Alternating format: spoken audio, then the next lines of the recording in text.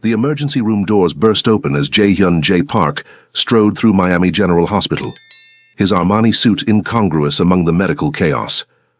Blood stained his white shirt, not his own, and his dark eyes scanned desperately for the trauma bay. His lieutenant had been shot, and Jay's world of power and control meant nothing here. "Sir, you can't," a security guard began. But one look at Jay's face silenced him. That's when he saw her. Kira Thompson moved with practiced efficiency between patients, her scrubs pristine despite the Christmas Eve mayhem. Her natural curls were pulled back, revealing the graceful neck he'd once kissed 1,000 times. She hadn't seen him yet.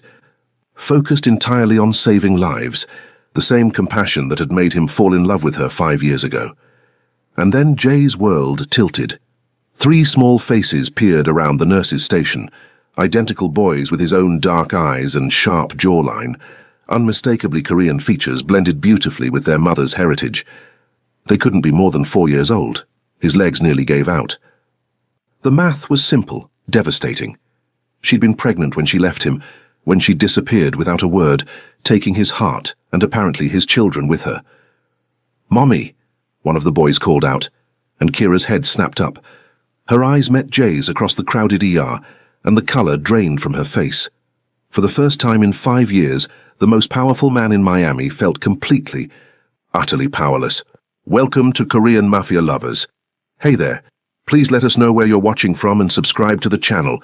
Your support is essential for us to continue bringing you these emotional stories." The fluorescent lights of Miami General Hospital cast harsh shadows across the emergency room as Kira Thompson checked her watch. 11:47 p.m. on Christmas Eve. 3 more hours until her shift ended, 3 more hours until she could go home to her boys. The thought of Ethan, Mason, and Lucas waiting for her with their grandmother brought a tired smile to her lips. "Kira, incoming trauma in Bay 3, Dr. Martinez called out, snapping her back to reality. "GSW to the chest, ETA 2 minutes. She nodded, already moving toward the trauma bay. 5 years as a night shift nurse had taught her to compartmentalize. Work was work, home was home, and never the two should meet. It was the only way she could survive working in one of Miami's busiest hospitals, while raising 3 4-year-old boys alone. The ambulance sirens grew louder, and Kira prepped the bay with mechanical precision. IV lines, monitors, crash cart, everything ready for whatever came through those doors. She'd seen it all. Gang violence, domestic disputes, drug overdoses. Miami's underbelly revealed itself in her ER every night. What she hadn't expected was for her past to walk through those doors. The paramedics burst in first, wheeling a man in an expensive suit who was clutching his chest and barking orders in Korean. Behind them, moving with the lethal grace she remembered all too well, came Jae-hyun Park. Kira's hands froze on the IV bag. 5 years melted away in an instant. He looked exactly the same, sharp jawline, intense dark eyes, perfectly styled black hair. The same man who had whispered promises in the dark, who had made her believe in forever. The same man whose world had nearly destroyed her. Jay's eyes swept the trauma bay, clearly assessing threats and exits, old habits from a life she'd tried to forget. When his gaze landed on her, she watched recognition flicker across his features, followed immediately by something that looked like pain.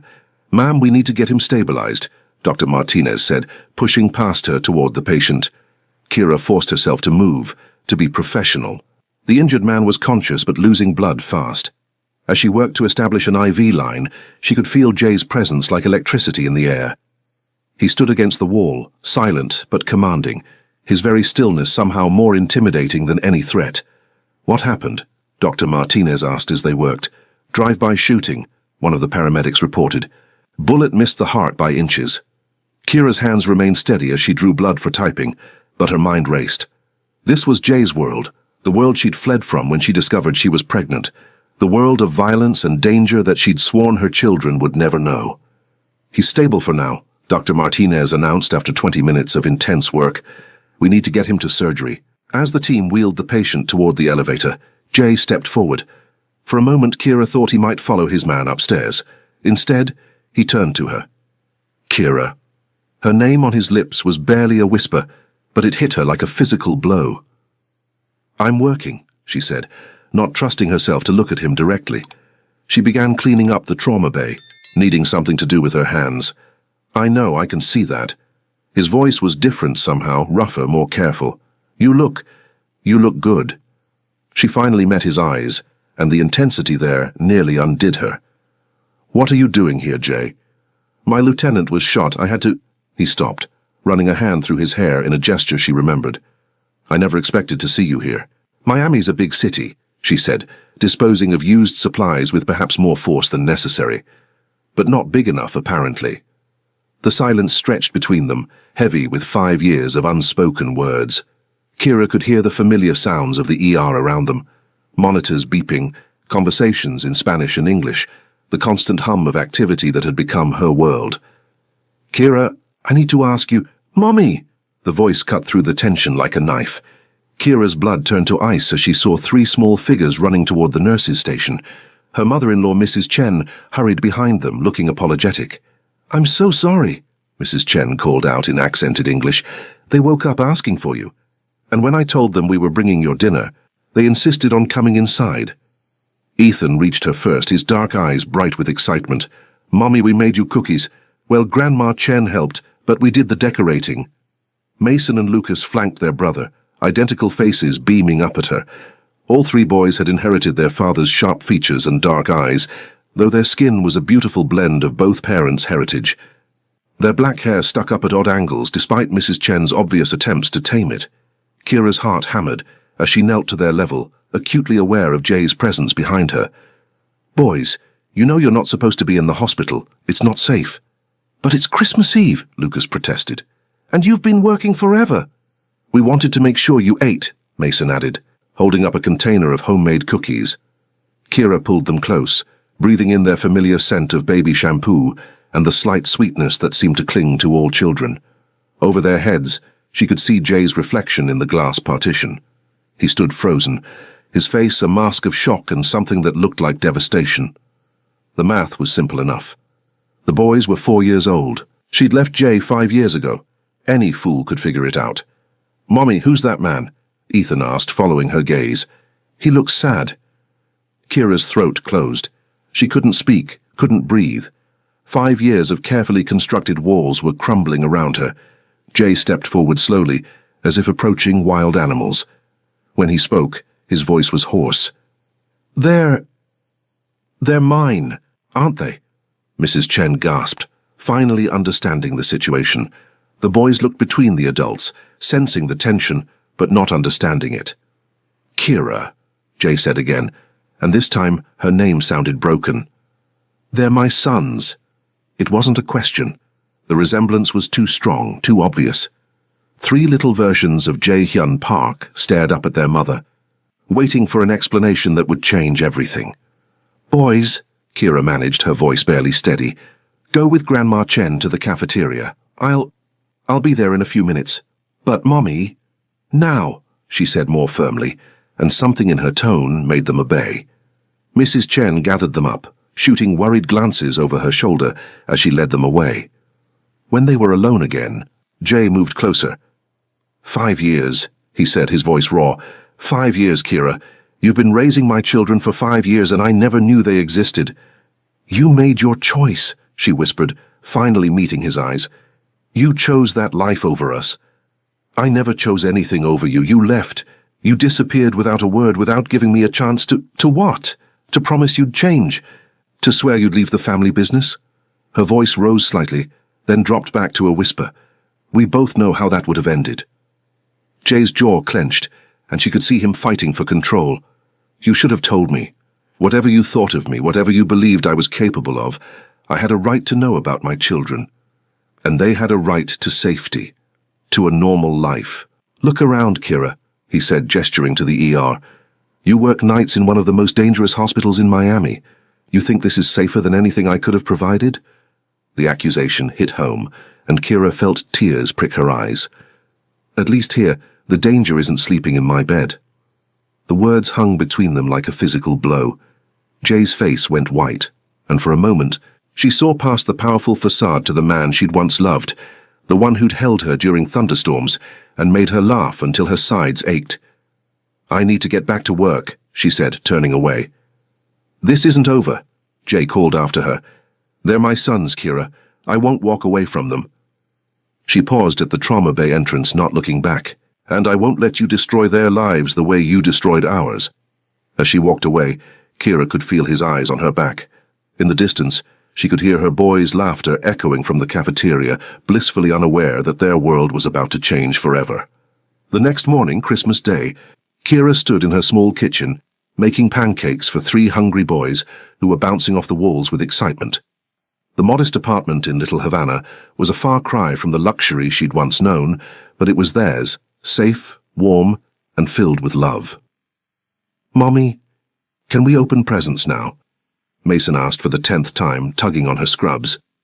She'd gotten home at 3 a.m. and had barely slept, but Christmas waited for no one. "After breakfast," she said, flipping pancakes with practiced ease.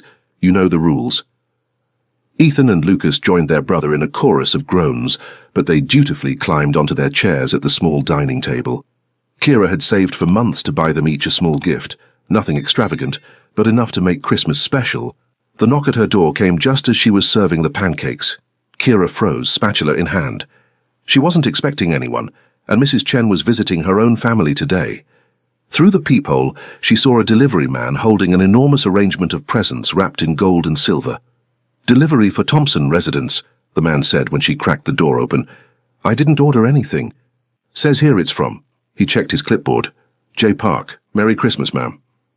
Kira's heart sank as the man wheeled in box after box. Expensive electronics, designer clothes in perfect sizes, toys that cost more than she made in a month. The boy's eyes grew wide as saucers. "Mommy, who sent all this?" Lucas asked, reaching for a box that was clearly a gaming system. Before she could answer, another knock came. This time she knew who it would be. Jay stood in her doorway, holding a small wrapped box, looking oddly nervous. He'd traded his expensive suit for dark jeans and a simple black sweater, but he still looked completely out of place in her modest hallway. "Can I come in?" he asked quietly. "Boys, go brush your teeth," Kira said without taking her eyes off Jay. "But the present, now." They scrambled toward the bathroom, whispering excitedly about the mysterious gifts. When they were gone, Kira stepped aside to let Jay enter. He moved carefully through her small living space, taking in the second-hand furniture, the photos of the boys covering every surface, the small Christmas tree decorated with handmade ornaments. His expression was unreadable. "You can't just show up here," Kira said, closing the door. "You can't buy them with expensive gifts." "I'm not trying to buy them." Jay set the small box on her coffee table. I don't know what I'm trying to do." "You're trying to control the situation. It's what you do." He turned to face her, and she was surprised to see vulnerability in his dark eyes. "I spent all night thinking about them, about you, about the last 5 years." He ran a hand through his hair. "I have 3 sons, Kira. 3 sons who don't know I exist. And whose fault is that?" "Yours," he said quietly, and the simple honesty of it hit her like a slap. "You made the choice to keep them from me. I understand why. I even understand that you thought it was the right choice. But it was still your choice." Kira sank onto her couch, suddenly exhausted. "You don't understand anything. You have no idea what it was like being pregnant and alone, wondering if you'd come home every night, if our children would grow up without a father because he got himself killed playing gangster." "I'm not playing anything," Jay said, his voice hardening. "This is my life, my family's legacy. And that's exactly why I left." The bathroom door opened, and 3 small heads peeked out. "Are we in trouble?" Ethan asked hesitantly. "No, baby," Kira said, forcing a smile. "Come here." They approached cautiously, clearly sensing the tension between the adults. Jay knelt down to their level, and Kira's heart clenched at how natural the movement seemed. "Boys," she said carefully, This is your father." The silence that followed was deafening. 3 pairs of dark eyes, so like their father's, stared at Jay with curiosity and confusion. "Our daddy," Mason asked finally. "But you said our daddy had to go away before we were born." "I did have to go away," Jay said softly, his voice thick with emotion. "But I'm here now if you want me to be." Lucas, always the boldest, stepped closer. "Why did you go away?" Jay looked at Kira helplessly. "How did you explain organized crime to a 4-year-old? "Sometimes grown-ups make mistakes," Kira said carefully, "and sometimes they have to figure out how to fix them." "Are you going to stay now?" Ethan asked, and the hope in his voice nearly broke Kira's heart. I'd like to, Jay said, glancing at Kira, if your mother says it's okay. 3 pairs of eyes turned to her expectantly. Kira felt trapped between her protective instincts and the undeniable longing she saw in her sons' faces. They'd always asked about their father, and she'd always deflected with vague answers. We'll see, she said finally. Jay's phone buzzed, and his expression immediately shifted. Kira recognized that look. Business was calling. I have to take this, he said, stepping toward the window. His voice dropped to rapid Korean as he answered. The boys watched him with fascination. Mummy, what language is that? Mason whispered. Korean, she said. Your father is Korean. Are we Korean too? Lucas asked. You're half Korean, you see, Kira explained, and half black, like Mommy. Jay finished his call and turned back to them, but Kira could see the tension in his shoulders. Whatever the call had been about, it wasn't good. I have to go, he said reluctantly, but I'd like to see you again. All of you. Can we open the presents first? Ethan asked hopefully. Jay smiled, the first genuine smile Kira had seen from him, and her heart did a traitorous flutter. Of course. The next hour was chaos as the boys tore through wrapping paper, exclaiming over each expensive gift. Jay watched them with an expression of wonder and pain, as if he couldn't quite believe they were real. When his phone buzzed again, Kira saw him check it and frown. Go, she said quietly. Handle whatever crisis needs handling. Kira, just go, Jay. This is exactly what I was afraid of. You can't just turn off being who you are. He looked like he wanted to argue, but another urgent buzz from his phone decided for him. I'll call you, he said. No, Kira said firmly. If you want to be part of their lives, it has to be on my terms. Safe places, normal activities, no business, no danger. Jay's jaw tightened, but he nodded. Whatever you want. After he left, the boys peppered her with questions she couldn't answer. Yes, that was their father. No, she didn't know when they'd see him again. Yes, he seemed nice. But as she watched them play with toys that cost more than her monthly salary, Kira couldn't shake the feeling that she'd just opened a door she might not be able to close again. That evening, as she tucked them into bed, Lucas asked sleepily, Mommy, is Daddy going to live with us now? I don't know, baby, she said honestly. Would you like that? Yeah, he said without hesitation. He has the same eyes as us.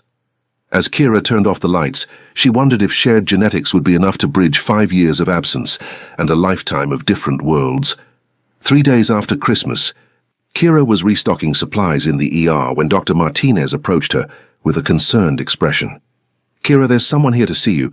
Says it's about your children. Her blood turned cold. She followed him to the family consultation room, where a woman in an expensive suit sat waiting. The woman was Asian, impeccably dressed, with the kind of polished appearance that screamed money and power. Ms. Thompson, the woman said, standing, my name is Sarah Kim. I represent certain business interests of Mr. Park. If Jay sent you— Mr. Park doesn't know I'm here, Sarah interrupted smoothly. May I sit? Kira remained standing, every instinct screaming danger. What do you want? I want to discuss your children's safety. Sarah opened a leather portfolio. You see, Mr. Park's activities have made him many enemies. The fact that he now has 3 sons makes those children targets. Are you threatening my boys? Quite the opposite. I'm trying to protect them. Sarah pulled out a series of photographs. These were taken yesterday. Kira's heart stopped. The photos showed her boys playing in the small park near their apartment, completely unaware of the telephoto lens capturing their every move. Who took these? That's not important. What matters is that if we can find them, so can others. People who would use those children to hurt Mr. Park. Kira sank into a chair, legs suddenly weak. What do you want from me?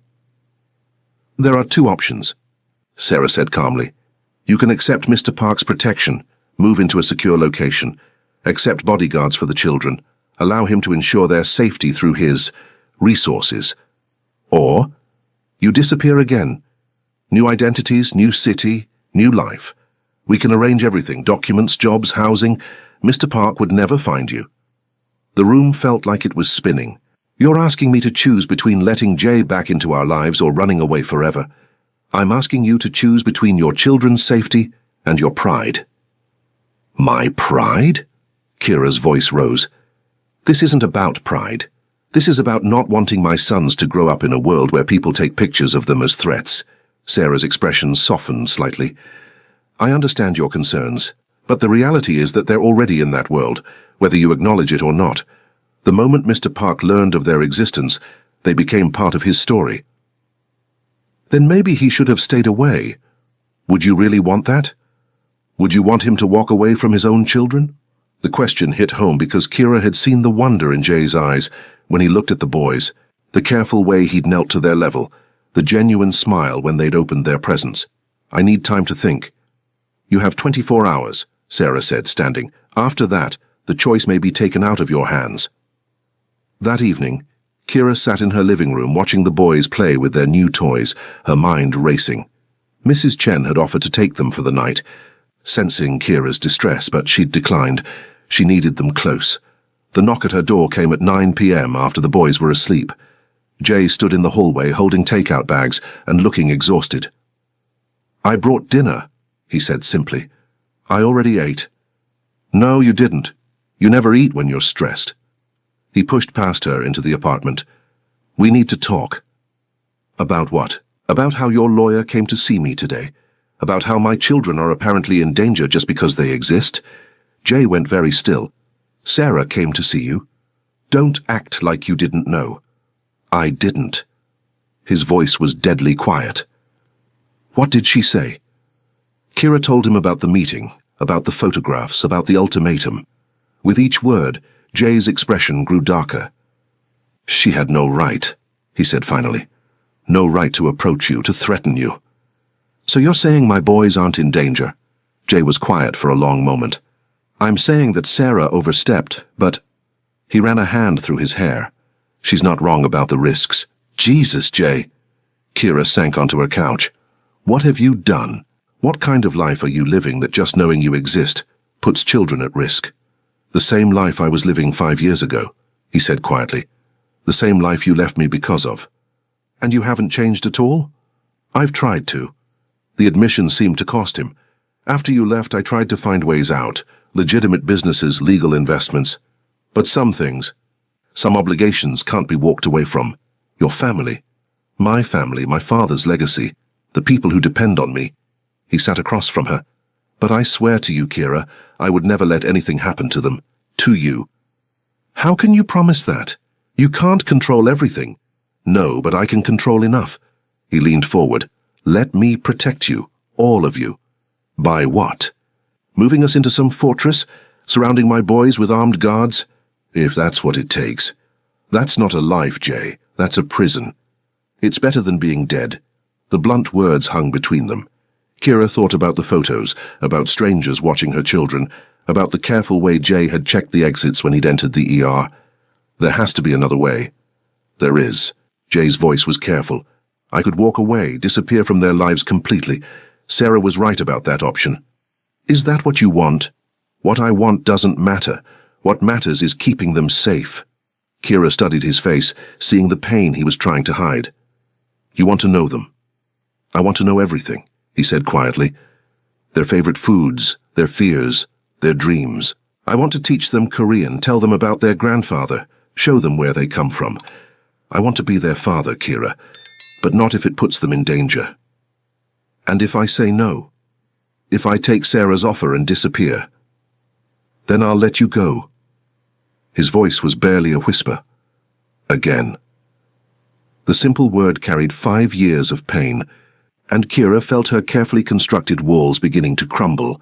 She thought about the boys' excitement when they'd met their father, about the way they'd immediately gravitated toward him, about the questions they'd been asking ever since. I need guarantees, and she said finally, anything. No business around them, ever.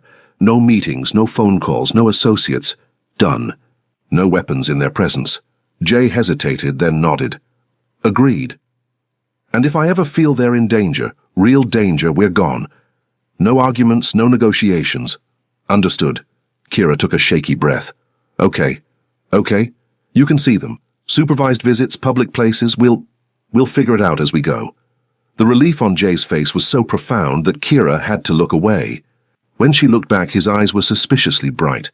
Thank you, he said simply. Don't thank me yet. This is going to be complicated. I know. And Jay? She met his eyes. If you hurt them, if you disappoint them or break their hearts, I will make you disappear myself. Are we clear? For the first time since he'd walked back into her life, Jay smiled. Crystal clear. As he left that night, Kira stood at her window watching him drive away. She'd just made a decision that would change everything, and she could only hope she wouldn't live to regret it. In the distance, she thought she saw a car following his, but when she looked again, the street was empty. 2 weeks into their new arrangement, Kira was beginning to think it might actually work. Jay had been nothing but respectful, showing up for scheduled visits with the boys, taking them to parks and museums, never once bringing his business into their world. The boys adored him. She watched from a bench as Jay taught them to throw a football in Bayfront Park, his patient voice carrying across the grass as he corrected their form. Ethan had inherited his father's natural athleticism, while Mason and Lucas were more interested in the science of the spiral than the actual throwing. He's good with them, Mrs. Chen observed, settling beside her with 2 cups of coffee. Too good, Kira muttered, then immediately felt guilty. Wasn't this what she'd wanted, for her sons to have a father? You're afraid, Mrs. Chen said gently.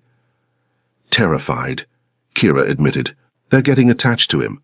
What happens when this all falls apart? What makes you think it will? Before Kira could answer, her phone buzzed. Unknown number. Hello? Ms. Thompson? This is Detective Rivera, Miami PD. I need to speak with you about Jae-hyun Park. Kira's blood turned cold. I'm sorry, who? Please don't play games, ma'am. We know about your relationship with Mr. Park and we know about the children. We need to talk. Across the park, Jay was lifting Lucas onto his shoulders while the other boys laughed.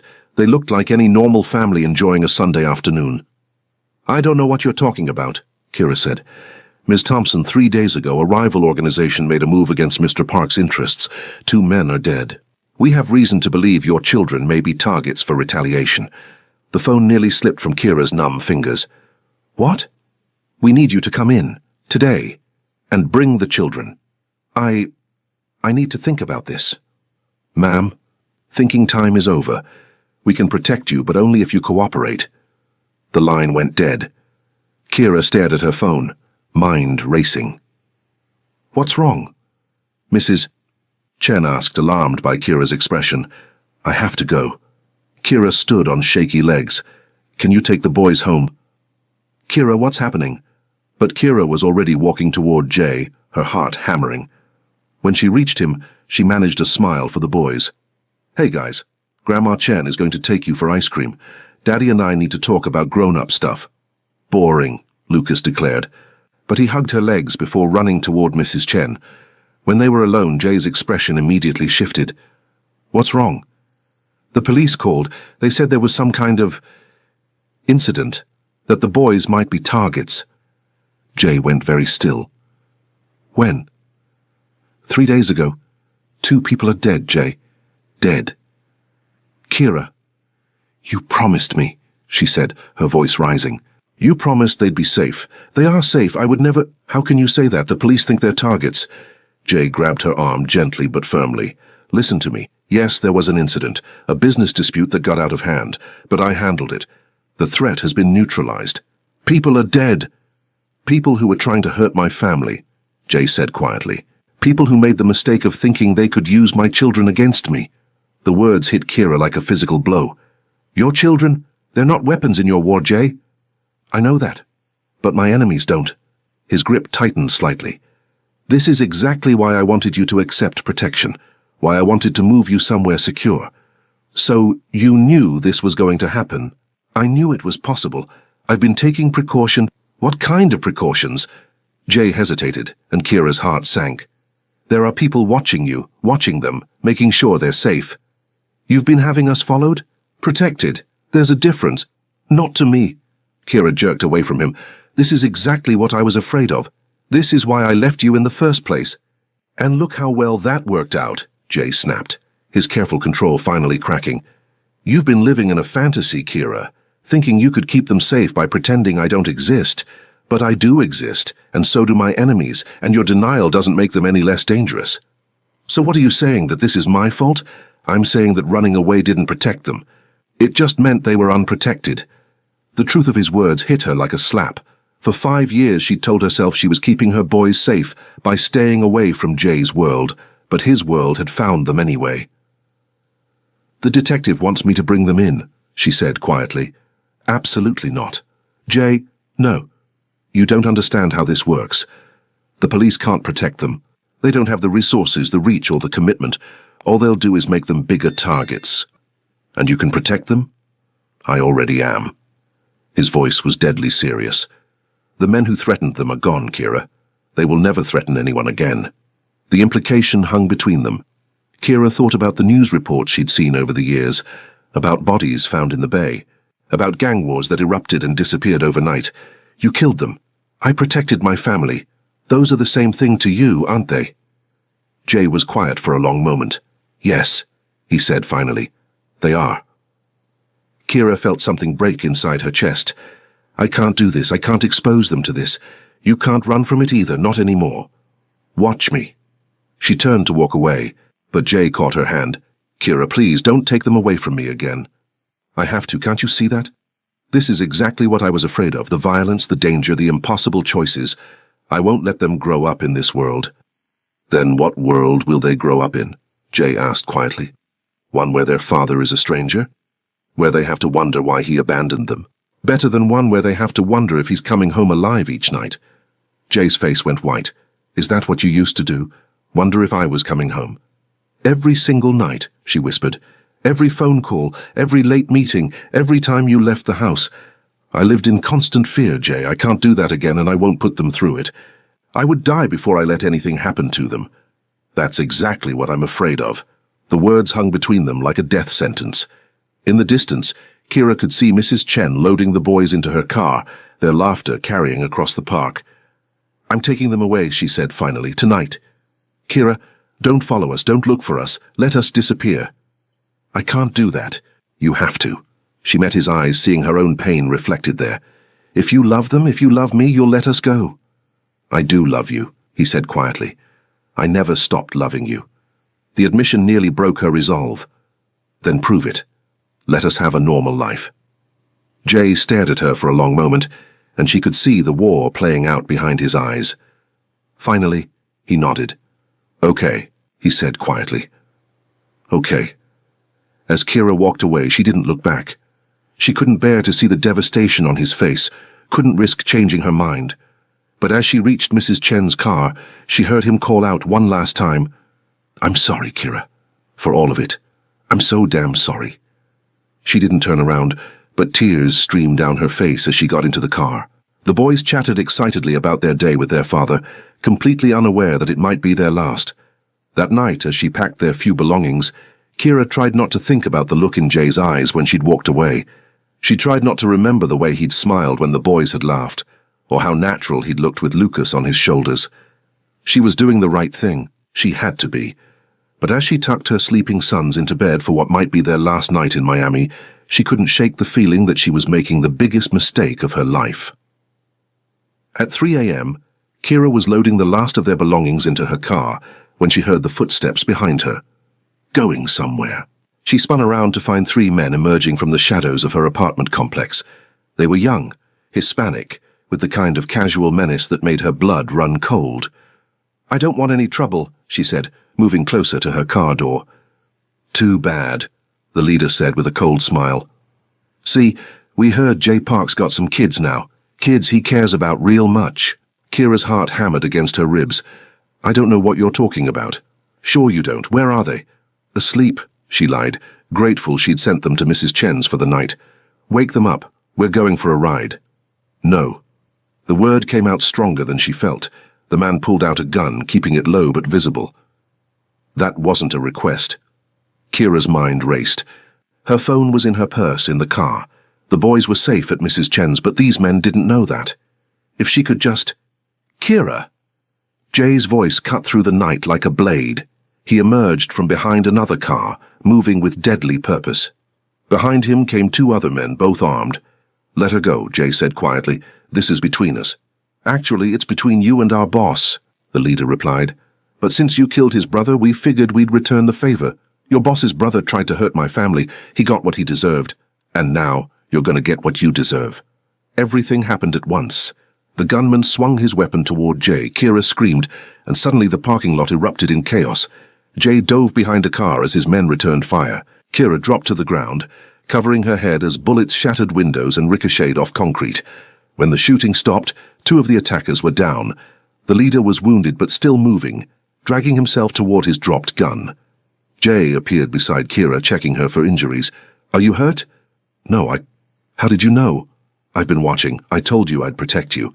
He helped her to her feet, then walked toward the wounded gunman. "Please," the man gasped. "I was just following orders." "So am I," Jay said quietly, and pulled the trigger. Kira flinched at the sound, bile rising in her throat. When she opened her eyes, Jay was walking back toward her, his expression calm as if he'd just taken out the trash. "We need to go," he said. "Police will be here soon." "Jay, you killed him. He was going to kill you, kill our children." Jay's voice was matter-of-fact. "I don't feel bad about that." "How can you be so calm?" "Because this is my world, Kira. This is what I do to protect the people I love." Sirens wailed in the distance, growing closer. Jay's men were already cleaning up, moving with practiced efficiency. "Where are the boys?" Jay asked. "Mrs. Chen's, they're safe." "Good, get in the car." "What?" "Get in the car. We're leaving. I'm not going anywhere with you." Jay turned to face her fully, and she saw something in his eyes that made her step back. "3 men just tried to kidnap you to get to me. Do you really think this is over? Do you think their boss is just going to give up? You said you handled the threat. I handled one threat. There are always more." He gestured to the carnage around them. "This is what happens when people think they can hurt my family. This is the world you're trying to run from, but it will follow you wherever you go." "So what are you saying?" "I'm saying you have 2 choices. You can keep running, keep looking over your shoulder, keep wondering when the next threat will find you, or you can let me protect you properly. By becoming prisoners in your world. By becoming my family, officially." The words hit her like a physical blow. "What? Marry me, Kira. Are you insane? I'm practical. As my wife, you and the boys would be under the full protection of my organization. No one would dare touch you. That's not a reason to get married. It's not the only reason." Jay stepped closer, his voice dropping. "I love you. I've loved you for 5 years, even when I hated you for leaving. I love those boys like they're pieces of my own soul, and whether you admit it or not, you still love me too. Love isn't enough." "No, but it's a start." The sirens were getting closer. "Decide, Kira, right now. Come with me, marry me. Let me protect you properly. Or keep running and hope you're faster than the next group of men who want to hurt you." Kira looked around the parking lot, at the blood and broken glass, at the evidence of the violence that would always follow Jay wherever he went. Then she thought about her boys, sleeping peacefully at Mrs. Chen's, completely unaware that their world had just exploded again. "If I say yes," she said quietly, "if I agree to this insanity, I want guarantees. Anything. The boys come first, always, before your business, before your family, before everything. Done. No violence around them, ever. I can't promise they'll never know what I do, but I can promise they'll never see it. And if I ever want out, if I ever decide this isn't working, you let us go. No arguments, no threats, no hunting us down." Jay was quiet for a long moment. "I can't promise that," he said finally. "I can't promise I'd be strong enough to let you go again." The honest answer was somehow more reassuring than any lie would have been. "Okay," she said quietly. "Okay. Yes. God help me. Yes." Jay's relief was so profound that his knees nearly buckled. He pulled her into his arms, holding her tight against his chest as police cars screamed into the parking lot. "I won't let you regret this," he whispered into her hair. "I already regret it," she whispered back, "but I'm tired of running." As Jay's men handled the police with what was clearly practiced efficiency, Kira realized she'd just made a deal with the devil. But as she thought about her boys, about the men who'd been willing to hurt children to make a point, she knew she'd made the only choice she could. She just hoped they'd all survive it. Later, as they drove through the pre-dawn streets of Miami toward Mrs. Chen's house, Jay reached over and took her hand. On Christmas, the Korean Mafia boss finds his ex-wife with 3 children identical to him, he said quietly, and despairs. "What?" That's how this story started, isn't it? With despair. With the realization of everything I'd lost. Everything I'd missed. Kira squeezed his hand. And how does it end? With hope, Jay said simply. With a second chance I don't deserve but will fight like hell to keep. As they pulled into Mrs. Chen's driveway, Kira could see 3 small faces pressed against the window, having been awakened by the sound of the car. When they saw their parents together, their faces lit up with joy. "Daddy!" Lucas called out, running toward the car in his pajamas. Jay caught him up in his arms, spinning him around as Mason and Ethan joined them. For a moment, they looked like any normal family reuniting after a difficult night. But as Kira watched Jay hold their sons, she could see the subtle way he positioned himself between them and the street, the careful way his eyes scanned for threats, even as he smiled and laughed with the boys. This was her life now, love and danger, protection and violence, all wrapped up in one impossible package. She just hoped love would be enough to see them through. Years later, Kira stood in the kitchen of their Coral Gables mansion, watching through the window as Jay taught their sons, now tall, confident teenagers, how to change the oil in his car. The boys had inherited their father's mechanical aptitude, along with his sharp features, though they'd gotten their mother's compassion and moral compass. The house was a fortress, disguised as a family home, with security systems that would make the Pentagon jealous and guards who doubled as groundskeepers. But inside these walls, they'd managed to build something beautiful, a real family, complicated and imperfect, but undeniably theirs. "Mom, Dad's speaking Korean again," Ethan called out, now 15, and the spitting image of his father. "Tell him dinner's in 10 minutes, she called back, smiling as she heard Jay switch to English to explain the finer points of engine maintenance. The boys knew what their father did for a living. It was impossible to hide completely as they got older, but they also knew the man who helped with homework, who attended every school play and soccer game, who tucked them in with Korean lullabies when they were sick. Jay had kept his promises. The violence stayed outside their home, and their children had grown up knowing they were loved and protected, even if they didn't always understand the cost of that protection. "Kira." Jay appeared in the doorway, wiping his hands on a towel. At 42, he was still devastatingly handsome, though there were lines around his eyes now, some from laughter, some from the weight of keeping his family safe in an increasingly dangerous world. "The boys are getting good at this," she said, nodding toward the window. "They're getting good at a lot of things. Pride